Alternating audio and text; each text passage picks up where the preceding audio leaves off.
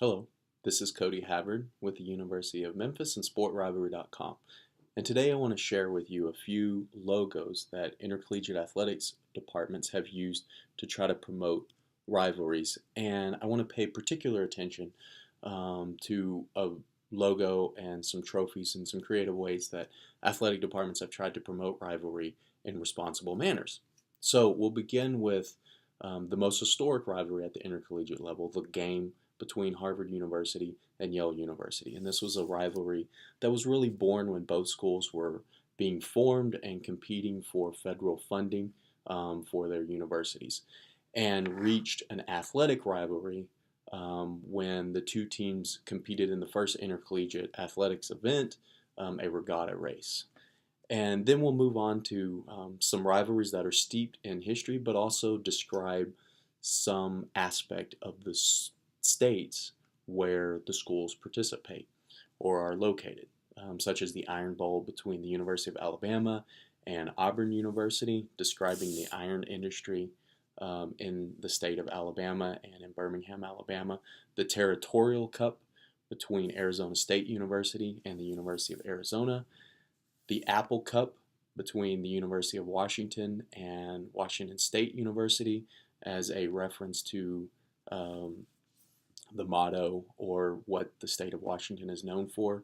And then the Egg Bowl between Mississippi State University and the University of Mississippi.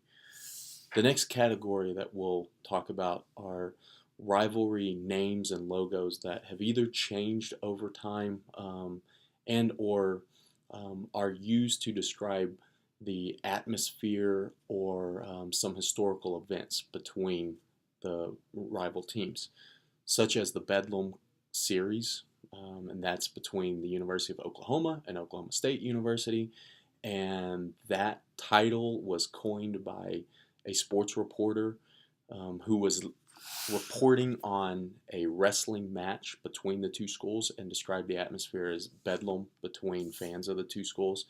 And then the Red River rivalry or Red River Showdown, it's also been called the Red River Shootout, between the University of Texas and the University of Oklahoma. Originally called originally called the Red River Shootout, dating back to a land dispute between the states of Texas and Oklahoma on the Red River.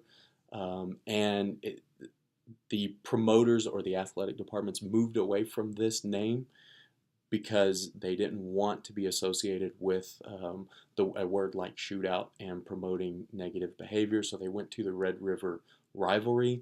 They have since changed that to the Red River Showdown. And some people still refer to it as the Red River Shootout or Red River Rivalry.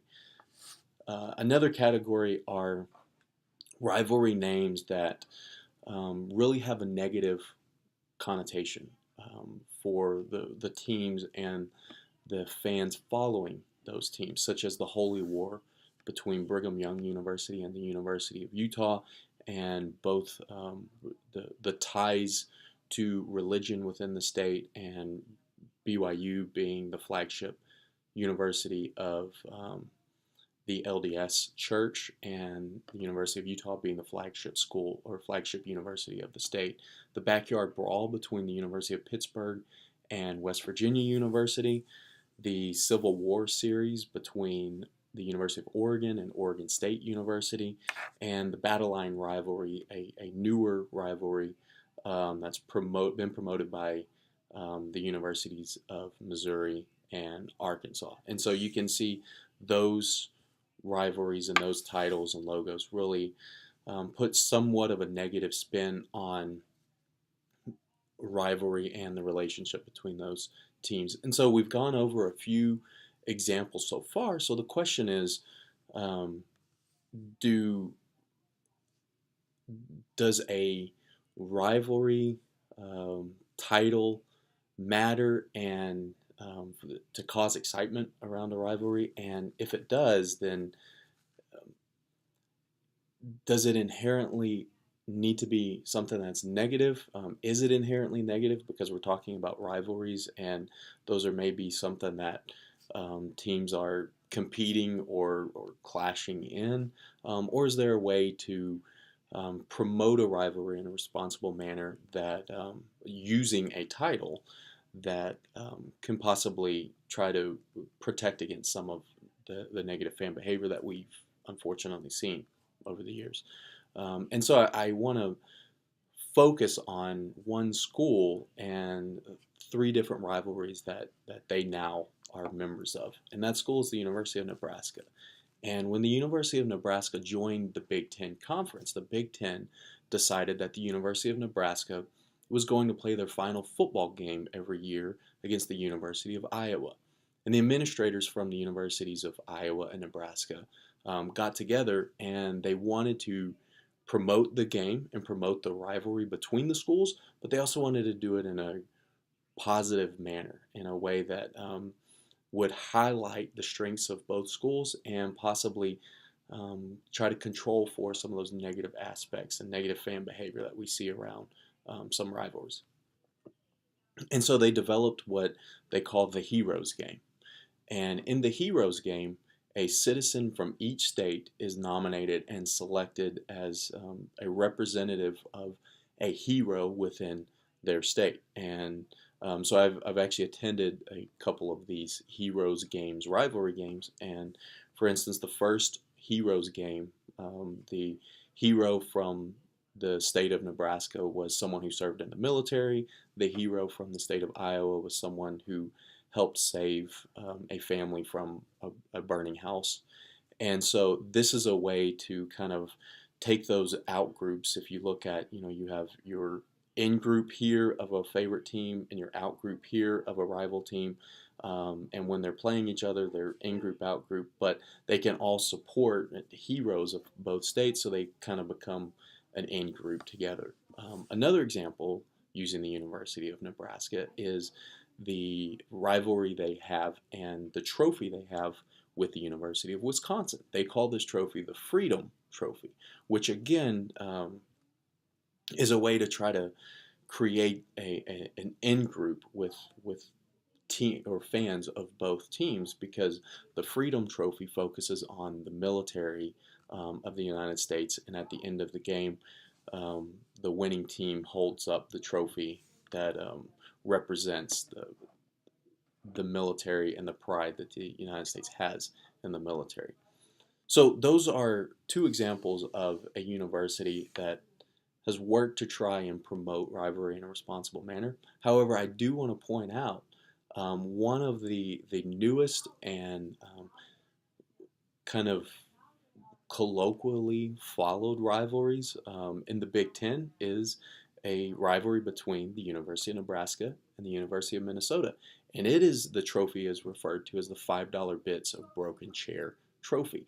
And this is a trophy that was born online. It was born organically, and it came from a conversation between two Twitter handles. A Twitter handle from the University of Nebraska, the Faux Pelini Twitter handle, if anyone has ever followed that, and then the Twitter handle of the Golden Gopher mascot at the University of Minnesota. And they had a back and forth before one of the games and trying to decide what the two teams were playing for.